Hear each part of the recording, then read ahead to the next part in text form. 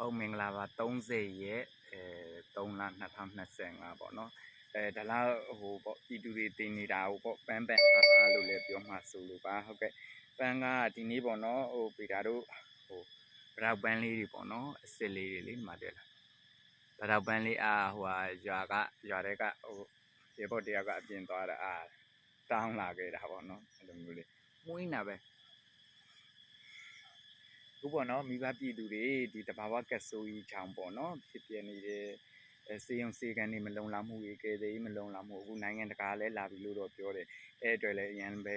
ဝမ်းသာပါတယ်ဘာပဲပြောပေါ့နော်ဗမာပြည်သူတွေအတွက်ဆိုလို့ရှိရင်ပေါ့နော်ဘသူပဲကူညီရင်ကျေးဇူးတင်ပါတယ်နောက်တစ်ခုကမာလာအနေနဲ့အခုပေါ့နော်ကျွန်တော်တို့ဒီချိတ်ပိတ်ထားတဲ့ဟိုစေးရုံတွေရှိရပေါ့နော်ဒါတွေကအမှန်တကယ်ဆိုရင်ဖွင့်လှစ်ပေးတင်တယ်ဒီချိတ်ပိတ်ခံရတဲ့စေးရုံတွေကလည်းဒါအခမဲ့ပေါ့နော်ပြန်လဲပြီးတော့လုပ်ပေးစေခြင်းနဲ့ဘာဖြစ်လို့လဲဆိုတော့စေဝါစေးရုံစေကန်းတွေကမလုံလောက်ဘူးလေအဲ့တော့မာလာအနေနဲ့ဒါမျိုးတွေလုပ်စေခြင်းတာပေါ့နော်ဖြစ်စေခြင်းနဲ့လုပ်တဲ့လို့ထ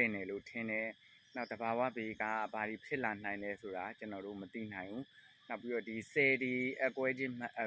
ကိုလည်းကျွန်တော်တို့တိတိပပမသိနိုင်ဘူးတချို့ဗီဒီယိုဖိုင်လေးတက်လာတာကဆယ်ဒီမှာပေါ့နော်လမ်းကြောင်းတွေအကွဲနေတယ်အဲ့ဒါကဟိုအခုချိန်မှာမဖြစ်ပေမဲ့ဒီမိုးရွာတဲ့အခါပေါ့နော်မိုးကြတဲ့အခါမှာဒီဆယ်လောင်တမန်တွေကကျိုးကျလာနိုင်တဲ့အနေအထားတွေရှိတယ်အဲ့တော့ဒီမဟာလာအနေနဲ့ဒီလိုမျိုးပေါ့နော်ကက်ဆူကြီးကိုဟိုကြားရောက်နေတဲ့အချိန်မှာပေါ့နော်ကျန်တဲ့အချိန်တွေမှာပြည်သူတွေမဆန်နိုင်နေစေပေါ့နော်တဘာဝဘေးကြီးဖြစ်လာတဲ့အချိန်ခါမျိုးမှာတော့ပြည်သူတွေပေါ်စာနာစေခြင်းနဲ့စာနာသင့်တယ်ဗီဒါတို့ပေါ့နော်ဘာလုံနိုင်လဲလို့အခုမေးလိုက်မှာပေါ့နော်ဗီဒါတို့တွေကဟို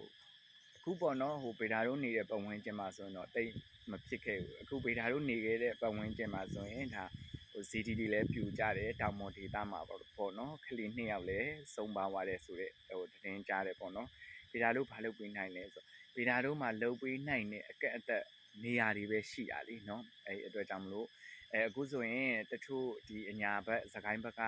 ပြည်သူတွေကိုပေါ့เนาะဒီMOD အောက်